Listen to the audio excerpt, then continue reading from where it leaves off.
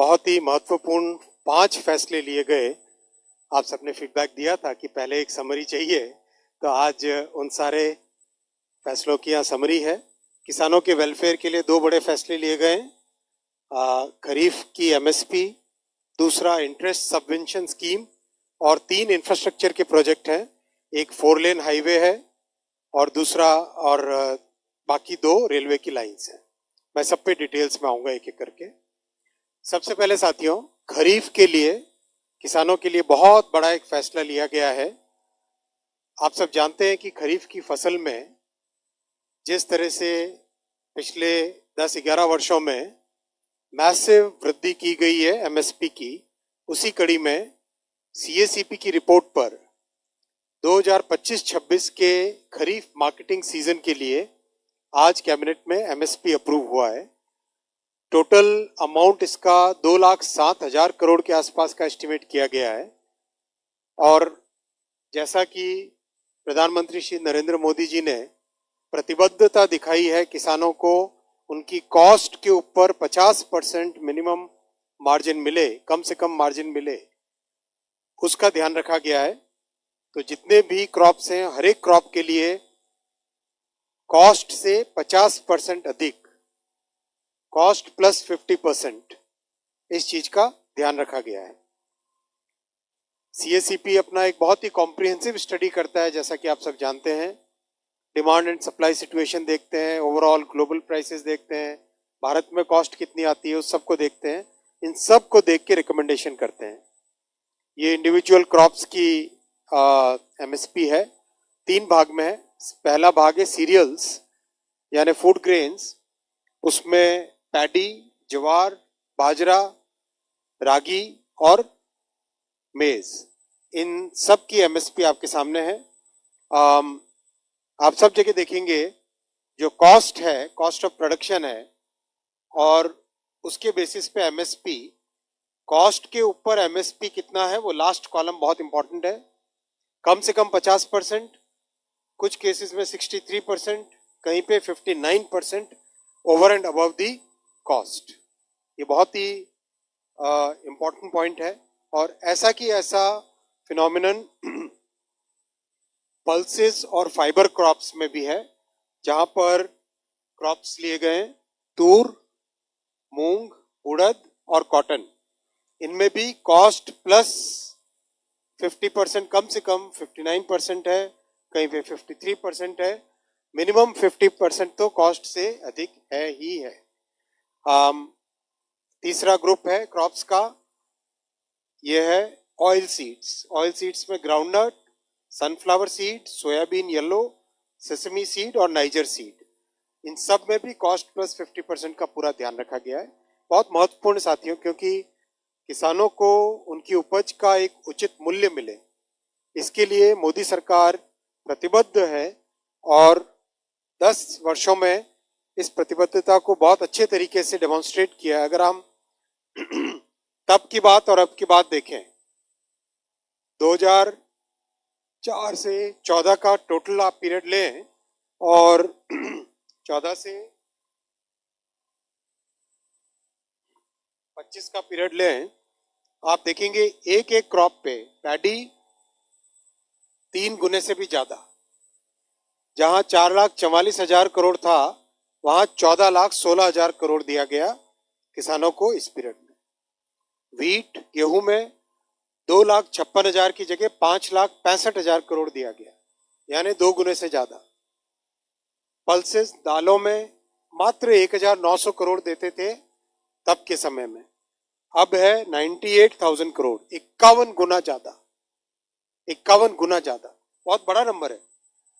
Oil seeds, oil seeds में भी 9,000 करोड़ की जगह 65,000 करोड़, यानी 7 गुने से ज्यादा। कॉमर्शियल क्रॉप्स, जूट, कोपरा, कॉटन 26,000 करोड़ की जगह 1,33,000 करोड़, यानी 5 गुने। ओवरऑल सभी एमएसपी, सभी क्रॉप्स की अगर हम देखें, ओवरऑल सभी क्रॉप्स की अगर हम देखें, तो एमएसपी में जहां 4 से 14 में 7,41,000 करोड़ दिए जाते थे, 14 से 25 में 23,61,000 करोड़ रुपए दिए गए। खरीफ में हो, रबी में हो, ओवरऑल क्रॉप में हो, चाहे सीरियल्स हो, पल्सेस हो, ऑयल सीड्स हो, सभी में इन 10 वर्षों में प्रधानमंत्री श्री नरेंद्र मोदी जी ने किसानों के प्रति, अन्नदाताओं के प्रति एक बड़ी प्रतिबद्धता दिखाई है. Made significant increase in the MSP, committed to making the MSP 50% more than the cost of production, and the absolute amounts which have been given have been significantly higher than the amount given during the previous in the decade before 2014. So that's a very big change जो इन 10 वर्षों में देखा गया है. Second, आज की cabinet approval के लिए जो कैबिनेट में अप्रूव हुआ है वो है इंटरेस्ट सबवेंशन स्कीम.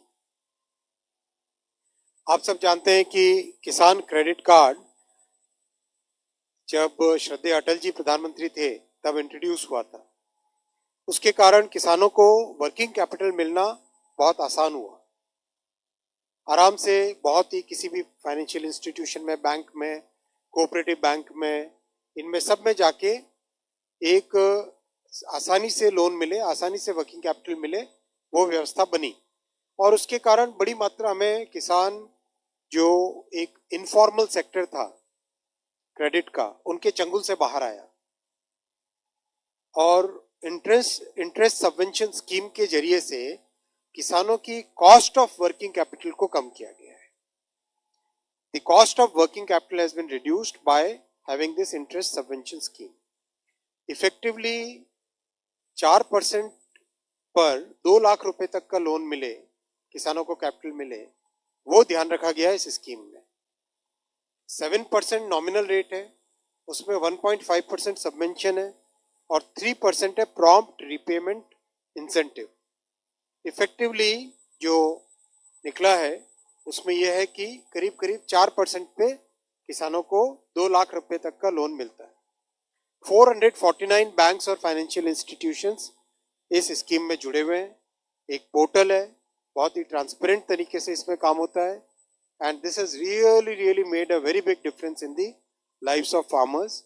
फार्मर अपने किस खेती के लिए बीज हो, सामान हो, फर्टिलाइजर हो, वेयर हाउस में रखने के लिए जो किराया चाहिए वो हो, कुछ भी, जितने भी किसानों के जो मेजर एक्टिविटीज होती हैं उन सब के लिए जो कैपिटल चाहिए वो कैपिटल इसमें होता है. इसमें जो ओवरऑल बेनिफिट मिला है इन 10 वर्षों में वो भी अगर आप देखें तो करीब करीब 7 crore 71 lakh 7 crore 70 lakh farmers have been benefited by this scheme.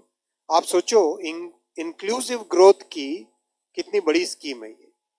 कैसे छोटे फार्मर, मार्जिनल फार्मर्स, उनको एक अच्छे मेन स्ट्रीम में लाकर उनकी मदद करना, उनको कैपिटल देना, उनके लिए एक बहुत ही स्मूथ प्रोसेस बनाना, that is a major achievement of this. Total outstanding credit यानी टोटल कैपिटल जो अब तक किसानों को मिला है, क्रेडिट जो मिला है वो करीब करीब 10 लाख करोड़ का है, which is a significant amount. आपको ध्यान होगा कुछ समय पहले किसान क्रेडिट कार्ड का एक्सटेंशन किया गया था डेयरी फार्मिंग और फिशरीज के लिए. कुछ ही वर्षों पहले की बात है, प्रधानमंत्री श्री नरेंद्र मोदी जी के एक कैबिनेट डिसीजन के दौरान ध्यान है मुझे. तो dairy accounts out of the 7.71 crore is 47 lakhs and fisheries accounts are about 4,68,000. ये भी बहुत बड़ा एक अचीवमेंट है. मैं तीसरा फैसला उस पर आता हूं.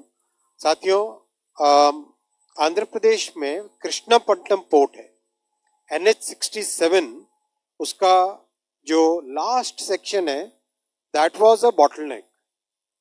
उस करीब करीब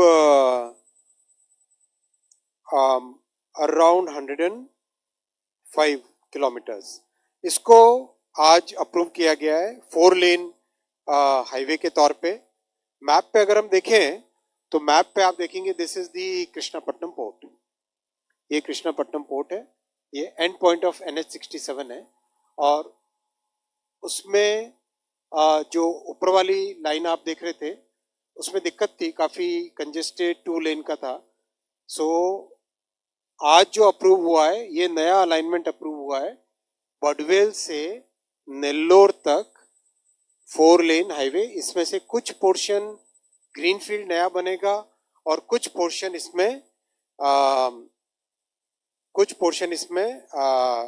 आपके अपग्रेड होगा। 20 out of the 108 kilometres 23 kilometre upgrade होगा और 85 किलोमीटर ग्रीनफील्ड नया एक हाईवे बनेगा। टोटल कॉस्ट 3,653 करोड़ का इसका इन्वेस्टमेंट होगा। बीओटी बेसिस पे ये बनेगा और इसका बहुत बेनिफिट मिलेगा। 3 बड़े इंडस्ट्रियल कॉरिडोर्स हैं, वीसीआईसी, एचबीआईसी और सीबीआईसी। इन तीनों को इससे कनेक्टिविटी मिलेगी। इसके अलावा जो नॉर्दर्न कर्नाटक के मेजर इकोनॉमिक हब्स हैं, हुबली, होसपेट, बेल्लारी, घोटी, कड़पा और नेल्लोर और घोटी, नेल्लोर कड़पा आते आते आंध्रा आ गया। तो नॉर्दर्न कर्नाटक के जो इकोनॉमिक हब्स हैं उनको भी पोर्ट कनेक्टिविटी का बेनिफिट इस प्रोजेक्ट से मिलेगा। मैं आता हूँ नेक्स्ट प्रोजेक्ट पे। ये है रतलाम से नागदा सेक्शन है रेलवे का। इसका 4 लाइनिंग क्वाड्रुपलिंग। आप सब जानते हैं पीएम गतिशक्ति मास्टर प्लान एक ऐसा टेक्नोलॉजी एक नया बना है जिसमें करीब 700 के आसपास लेयर्स हैं, जिनको ज्योग्राफिकल इंफॉर्मेशन सिस्टम की टेक्नोलॉजी में लाकर बहुत आसानी से, बहुत एक सिस्टमेटिक तरीके से, साइंटिफिक तरीके से प्लानिंग कर सकते हैं। तो देश के जितने भी इंपॉर्टेंट प्रोडक्शन सेंटर्स हैं और देश के जितने भी इंपॉर्टेंट कंजम्पशन सेंटर्स हैं, उन सबको इस पे मैप करने के बाद में देश में रेलवे के नेटवर्क में जहां जहां गैप्स निकल रहे हैं, उन सब गैप्स को एक एक करके प्रोजेक्ट्स लाके फिलअप किया जा रहा है। आपने देखा होगा पिछले कई कैबिनेट में एक एक करके सेक्शन आ रहा है जिसमें या तो डबलिंग हो रही है या थर्ड लाइन फोर्थ लाइन आ रही है। तो आज थर्ड लाइन फोर्थ लाइन यानी क्वाड्रुपलिंग के 4 लाइनिंग के 2 प्रोजेक्ट्स हैं। पहला है रतलाम नागदा और ये बहुत ही इंपॉर्टेंट प्रोजेक्ट है क्योंकि ये दिल्ली से मुंबई का जो कॉरिडोर है, इस कॉरिडोर को कनेक्ट करने वाला है। और रतलाम जो मध्य प्रदेश में एक बहुत ही इंपॉर्टेंट जंक्शन है, इस जंक्शन की खासियत है कि नॉर्थ साउथ ईस्ट वेस्ट चारों डायरेक्शंस में ये बहुत ही इंपॉर्टेंट कनेक्टिविटी प्रोवाइड करता है। नॉर्थ में नागदा, साउथ में बड़ौदा, ईस्ट में इंदौर और वेस्ट में चित्तौड़गढ़ इसके नेक्स्ट जंक्शंस हैं। तो ये बहुत ही इंपॉर्टेंट एक क्रूशियल पार्ट है मुंबई से दिल्ली के कॉरिडोर का। इसको 4 लाइनिंग करेंगे जिससे कि दिल्ली मुंबई कॉरिडोर की कैपेसिटी सिग्निफिकेंटली बढ़ेगी। एक बीच में एक बॉटलनेक जो ये पोर्शन था वो पोर्शन कंप्लीट होगा। ज़्यादा बड़ा सेक्शन नहीं है, 41 किलोमीटर का है, बट इसकी क्रिटिकलिटी बहुत है।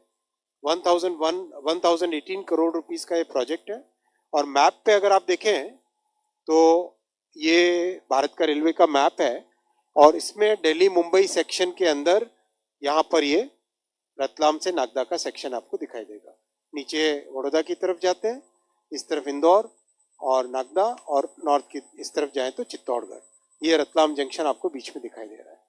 ये क्रिटिकल एक बहुत ही इंपॉर्टेंट प्रोजेक्ट है जिसके 4 लाइनिंग होने से ट्रैफिक का फ्लो सिग्निफिकेंट बढ़ेगा, जो कंजेशन है वो सिग्निफिकेंटली रिड्यूस होगा। नेक्स्ट प्रोजेक्ट पे आता हूँ। लास्ट प्रोजेक्ट है, ये भी 4 लाइनिंग का है, वर्धा से बल्लार शाह। वर्धा से बल्लार शाह भी आप जानते हैं जो मुंबई से दिल्ली से चेन्नई का जो ट्रंक रूट है, दिल्ली से चेन्नई का ट्रंक रूट है, उस पर ये प्रोजेक्ट है। अगर मैप पे देखें तो दिल्ली से चेन्नई का ये ट्रंक रूट आपको दिखाई देगा। वर्धा बल्लार शाह दोनों महाराष्ट्र में है। और ये प्रोजेक्ट ये वाला आपको सेक्शन दिखाई देगा, हाईली कंजेस्टेड सेक्शन है, से 2 डबल है ऑलरेडी, थर्ड लाइन भी बन रही है अभी, लेकिन उसके बावजूद भी वहां पे और कैपेसिटी चाहिए। इसलिए इसको कैपेसिटी बढ़ाने के लिए वर्धा से बल्लार शाह का 4 लाइनिंग का प्रोजेक्ट आज अप्रूव हुआ है। इसमें 135 किलोमीटर की टोटल लेंथ है और 2381 करोड़ रुपीस का इसमें इन्वेस्टमेंट होएगा। करीब करीब 11 मिलियन टन्स का एडिशनल कार्गो भी इससे आएगा। हाईली वायबल प्रोजेक्ट है, इसको अगले 3 से 4 वर्षों में कंप्लीट किया जाएगा। ये साथियों 5 प्रोजेक्ट्स आज अप्रूव हुए। और जैसा आप जानते हैं, ट्रांसपोर्ट सेक्टर में प्रधानमंत्री श्री नरेंद्र मोदी जी ने इंफ्रास्ट्रक्चर डेवलप करने के लिए सिग्निफिकेंट इन्वेस्टमेंट्स किए पिछले कुछ महीनों में। जून 2024 में प्रधानमंत्री श्री नरेंद्र मोदी जी की ऐतिहासिक थर्ड टर्म स्टार्ट हुई। उसके बाद से करीब करीब 4.5 लाख करोड़ रुपए के प्रोजेक्ट्स अप्रूव हो चुके हैं इंफ्रा में, और ये पूरी इसकी समरी आपके सामने। मेट्रो है, इसमें रेलवे प्रोजेक्ट्स हैं, हाईवे प्रोजेक्ट्स हैं, इलेक्ट्रिक व्हीकल्स हैं, रोपवेज हैं, एयरपोर्ट्स हैं और वाडवन पोर्ट करके कई इंपॉर्टेंट प्रोजेक्ट्स हैं। साथ ही साथ किसानों के लिए भी कई महत्वपूर्ण फैसले लिए गए इन करीब करीब पिछले एक साल में प्रधानमंत्री श्री नरेंद्र मोदी जी की थर्ड टर्म में। और इसमें अगर आप सीरीज ऑफ डिसीजंस लें, 3 पेज में जाती है टोटली, करीब करीब 8,80,000 करोड़ रुपए के फैसले अब तक लिए गए हैं। सिग्निफिकेंट है ये, किसानों के जीवन में एक उत्तम एक अच्छा लाभ मिले, अच्छा इसका उपयोग हो। मैं अब क्वेश्चंस लूंगा, और क्वेश्चंस में जैसा हमने पहले प्रोटोकॉल बनाया था, first row, second row, third row, fourth row, इस तरह से चलेंगे। हम फर्स्ट रो में स्टार्ट करेंगे, इस तरफ से स्टार्ट करें। हाँ, इधर से स्टार्ट करें। आपका कोई क्वेश्चन? इधर first row, first row centre, first row left.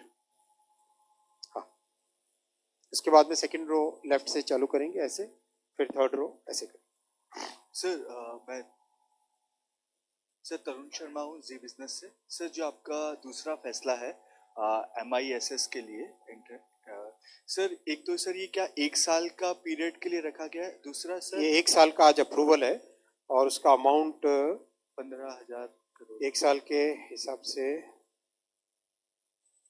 15,642 crore. Sir इसके साथ सर बजट के अंदर सर अनाउंसमेंट हुआ था किसान क्रेडिट कार्ड के लिए 3 लाख से 5 लाख रुपए की लिमिट बढ़ाने का। अप्रूवल हो चुका ऑलरेडी वो। हाँ, इसका अगर आप देखें, 3 lakh for 3 lakh rupees for crops including horticulture and up to 2 lakh for allied sectors. ये करेक्ट है ना? एग्रीकल्चर डिपार्टमेंट से, agriculture department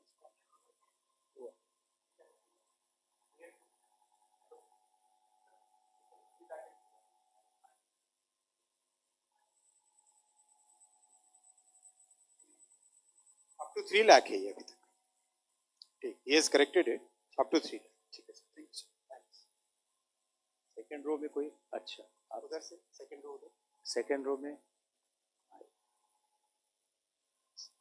Sir, with this massive rail expansion program, what is the total length of rail line in the country now? करीब करीब 1,11,000 kilometre तक track length आ चुकी है और डेली बढ़ ही रही है। With this inclusion, it will touch 1.5, sir?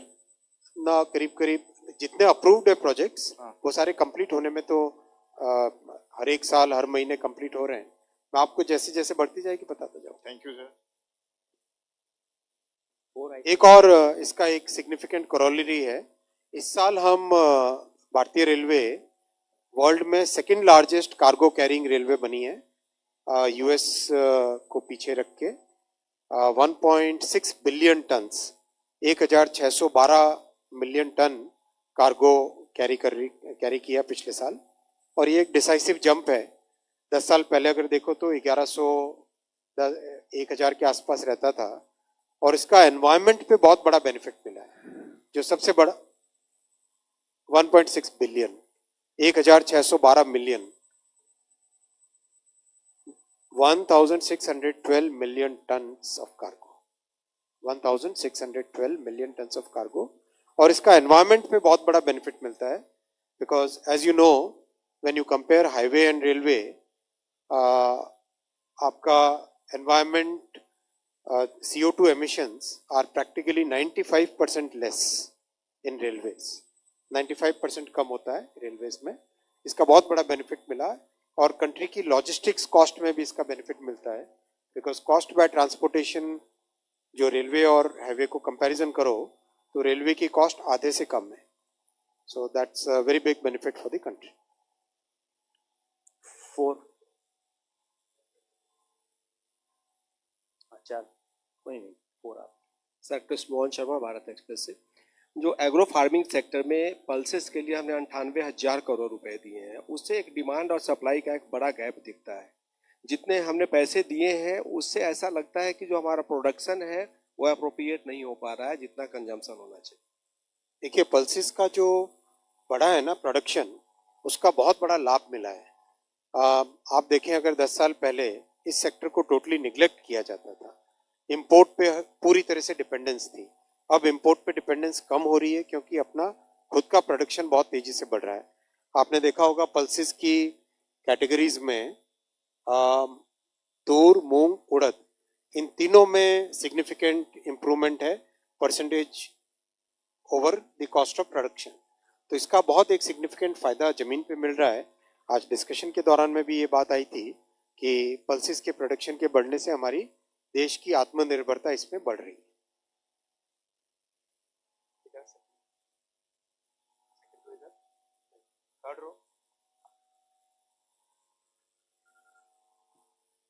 Sir, just want to understand where in terms of freight loading currently we stand, sir, because as per National Rail Plan, you are eyeing to have a 45% of share by 2030, where railways currently stand.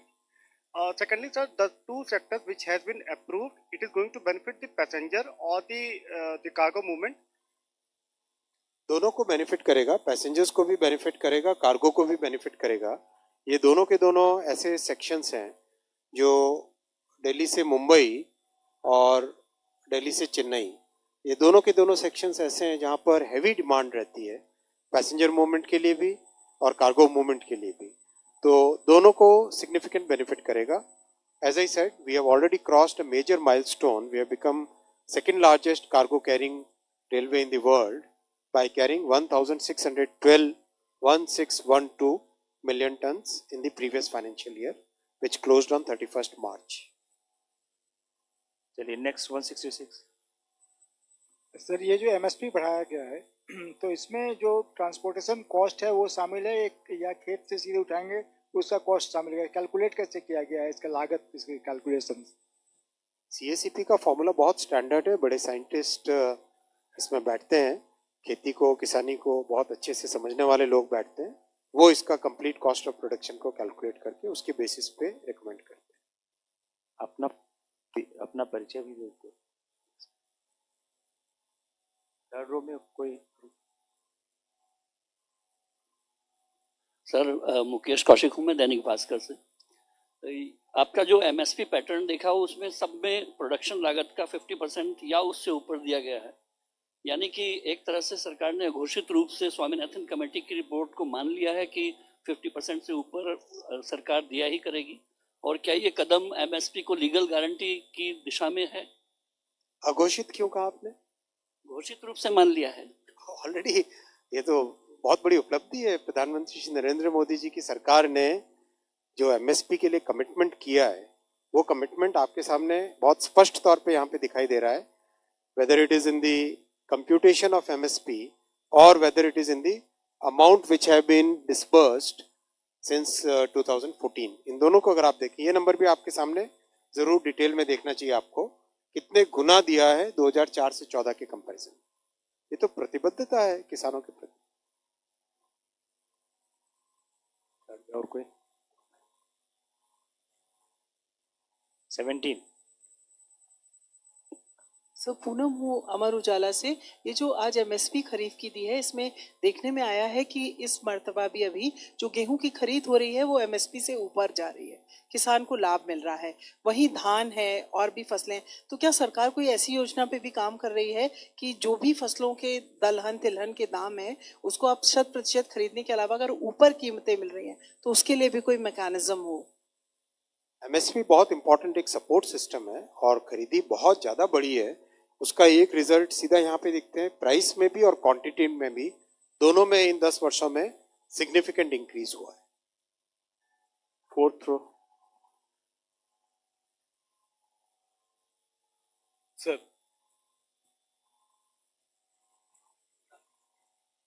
मेरा सवाल है, आपने ये जो project लिया है रतलाम से नागदा के बीच में, ये इस पे काफी ट्रैफिक होता है, लेकिन ये सारा ट्रैफिक होता है महाराष्ट्र गुजरात जाने वाला।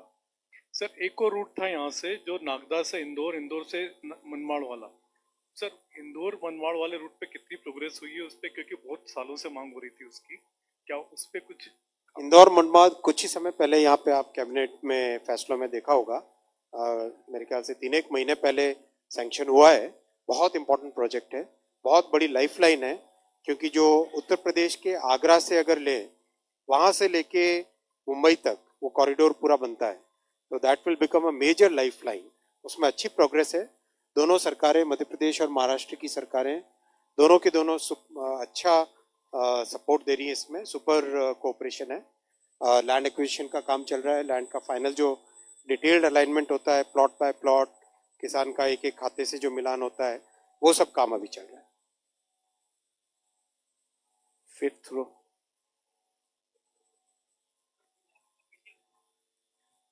सर मैं लक्ष्मण, आपसे एक अलग सेक्शन कर लो, ऑफिशियल्स का आपसे एक अलग सेक्शन कर लो। सर मैं लक्ष्मण हूँ CNBC आवाज से। आपने जो अब तक एक आंकड़ा दिया कि कैबिनेट में अब तक किस किस सेक्टर के लिए कितने फैसले हुए, तो रेलवे के लिए 24 रेलवे प्रोजेक्ट को मंजूरी दी गई, जिसमें 1333 किलोमीटर नई लाइन की है। मैं ये समझना चाहता हूँ, कुछ आप लोगों ने आइडेंटिफाई किया है कितनी नई रेलवे लाइन बिछानी है? करीब करीब 40,000 किलोमीटर। तो 40,000 में अभी तक 1333 हुए, 40,000 कब तक? ये तो केवल ये पिछले 12 महीने की, इसके पहले भी तो सैंक्शन हुई। अभी कितने बचे हैं और कब तक टारगेट कुछ आप दे पाएंगे? ये बहुत ही एक इम्पॉर्टेंट साइंटिफिक स्टडी की गई है। पूरे देश के रेलवे नेटवर्क को PM गति शक्ति पोर्टल पे मैप किया। उसके बाद में देश के जितने भी प्रोडक्शन सेंटर्स हैं उनको, और जो कंजम्पशन सेंटर्स है, डिमांड सेंटर्स हैं, उन सबको मैप किया। और उसके बाद में गैप्स जहाँ जहाँ पर आई है, कहीं पे नई लाइन की जरूरत होती है, कहीं पे आपको जरूरत पड़ती है डबलिंग की, कहीं पे ट्रिपलिंग की, कहीं पे 4 लाइनिंग की, कहीं पे पोर्ट से कनेक्टिविटी के लिए जरूरत है। इस तरह से करके कंप्लीट एक प्लानिंग की गई, बहुत ही डिटेल्ड प्लानिंग है। उसी प्लानिंग के अनुसार DPR बन रही है। जैसे जैसे DPR बनती है, इसका पूरा एक प्रोसेस है, नीति आयोग से, फाइनेंस मिनिस्ट्री से, कॉमर्स में, इंडस्ट्री में, इन सब का एक पूरा कंप्लीट एक प्रोसेस है। उस प्रोसेस के हिसाब से इसका अप्रूवल है। और ये मैं आपको विश्वास दिलाना चाहूँगा कि इस प्रोसेस के कारण देश की जो रेलवे की कैपेसिटी है वो बहुत अच्छी बढ़ेगी आने वाले वर्षों में। सर एक सवाल है कि दाल को लेकर 2014 से ही जो प्रोडक्शन कम हो रहे थे, बाहर से हमें आयात करना पड़ रहा था। कई बार ऐसी परिस्थितियां भी आई कि दाल की रेट भी बढ़ गए थे, तो मिशन एक तरह से पल्स भी चलाया गया था। आपने MSP लगातार बढ़ते हुए का डाटा भी दिया। हम केवल ये समझना था कि जो रकबा बढ़ाने की जो कोशिश की जा रही थी वो कितना, चाहे अरहर हो या फिर दूसरे दाल में, कितना कितना रकबा बढ़ा है क्षेत्र वाइज? एग्जैक्ट रकबा बढ़ाने का डिटेल आपको डिपार्टमेंट की तरफ से दे देंगे, पर सिग्निफिकेंट इम्प्रूवमेंट हुआ है।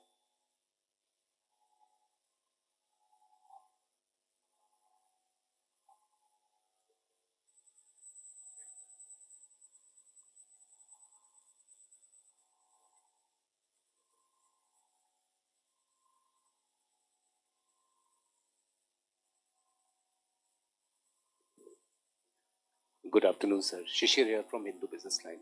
Sir, my question is about Kisan Credit Card. What is the rate of delinquency in the Kisan Credit Card, sir? Rate of interest, Rate of delinquency, sir. Rate of delinquency, NPA, sir. वो मेरे पास नहीं होगी date.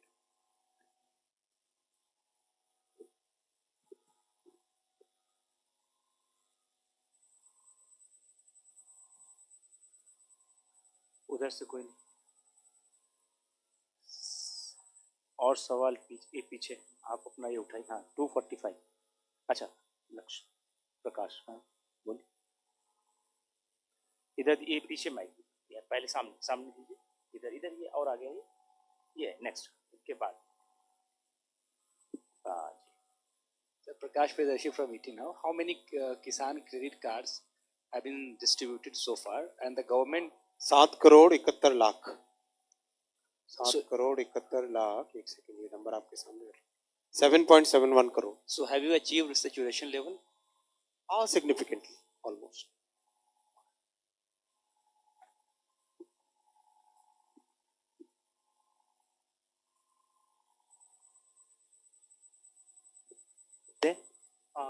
Hello, Himanshu Sharma from 10 news network. Sir, जो किसान credit card वाली सुविधा है वो हर किसान तक पहुंचे और इसके लिए क्या कुछ मॉनिटरिंग मैकेनिज्म जो है आपके द्वारा फॉलो किया? बहुत ही ट्रांसपेरेंट तरीके से मल्टी चैनल अप्रोच है। एक तो जो जितनी हमारी प्राइमरी एग्रीकल्चर कोऑपरेटिव सोसाइटीज़ हैं, किसान विकास केंद्र है, किसानों के साथ संवाद करने का एक तरीका है, इन सब के माध्यम से बैंक ब्रांच के माध्यम से, that's why we have been able to reach this large number of 7 crore 71 lakh farmers, उनको कवर किया गया है। तो इसका एक सिग्निफिकेंट इम्पैक्ट है जमीन पे। अगर आप देखेंगे तो जो मनी लेंडर्स के बड़ा जो इम्पैक्ट होता था, आप 10-15 साल पहले जब बात करते थे तो उस टाइम में मनी लेंडर्स का एक बड़ा इम्पैक्ट होता था, वो इम्पैक्ट आज ग्रामीण क्षेत्रों में काफ़ी कम हो गया है। आप खुद भी ग्रामीण क्षेत्रों में जाएं और वहाँ देखें। आई थिंक पीछे एक 200, अब तो और कोई नहीं बचा। 200। Sir, Girish from Mint. Sir, what is the total value of all the infrastructure projects approved today, and the MSP, is it already part of the budget allocation, or will there be any additional outgoes? I'll come to the second question first. MSP is part of the budget allocation, but as you know, in our budgeting process, during the RE stage, if there is extra required or surplus is there, then it is adjusted at the RE stage. So that way there is a flexibility in the budget allocations. This is the total numbers which are there historically. For this year, the Kharif amount is estimated to be about 2,07,000 crore. Kharif MSP amount is estimated to be about 2,07,000 crore. That is the estimate for this year. What was your second question? Total estimate for infra. I've just given you the transport infra here. In one of my previous presentations, if you check it's there available to all of you. You check, there would be a total for infra. This is transport infra is about 4,51,000 in the third term of Prime Minister Shri Narendra Modi.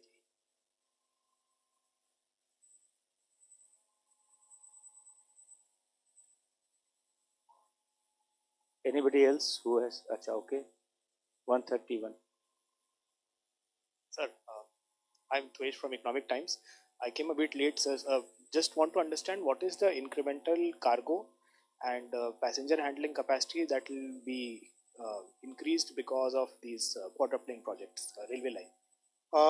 11 million tons specifically for this Wardha Ballar-Shah. The traffic passenger capacity will significantly increase because quadrupling will make sure that you can move the trains rapidly through that section. अभी क्या होता था कि वर्धा बल्लार शाह वाला section एक तरीके से bottleneck बन जाता था. Same is the case of Ratlam Nagda.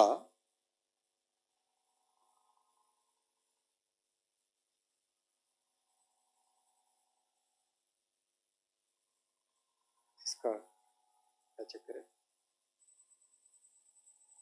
Same is the case of Ratlam Nagda. इसमें भी आप देखो इस पूरे सेक्शन में ये एक अकेला एक बॉटलनेक बना हुआ था. बहुत छोटा सा सेक्शन है लेकिन बॉटलनेक बना हुआ था. सो इसको भी अभी इनफैक्ट मैंने अभी दाहोद वाला सेक्शन का इंस्पेक्शन भी किया था.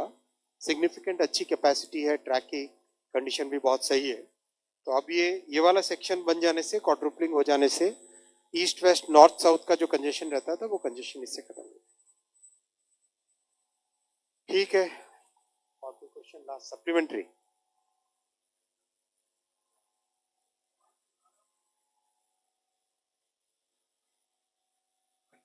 सर, मैं सचिन बुदौलिया हूँ, मैं यूएनआई से हूँ. मैं ये जानना चाहता हूँ, जैसे आपने रतलाम नागदा वाला इसका सेक्शन का किया है, इस लाइन को जो मुंबई और दिल्ली वाली है, इसको वेस्टर्न डीएफसी से हम लोग मतलब कितना सपोर्ट मिल पा रहा है फ्रेट का? अच्छा क्या सर. और क्या इसके ऊपर अभी भी फ्रेट के कारण से ही कंजेशन का है या नहीं? डिमांड बहुत लगातार बढ़ रही है. डिमांड इतनी ज्यादा है. अगर देखो, तीन कैपेसिटी के लिए तीन बड़े काम है.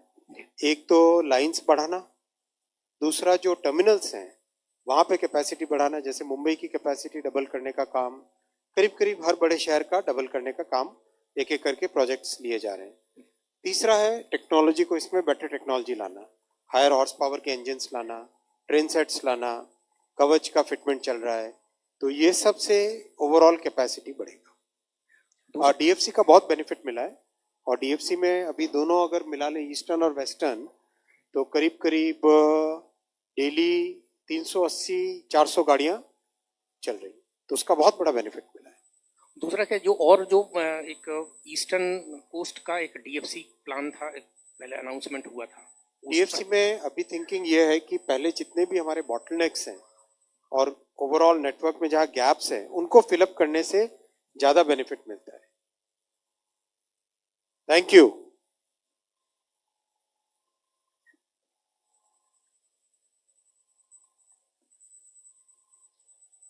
टोटल इंफ्रा का क्वेश्चन तवेश ने पूछा था ना, किसने पूछा था?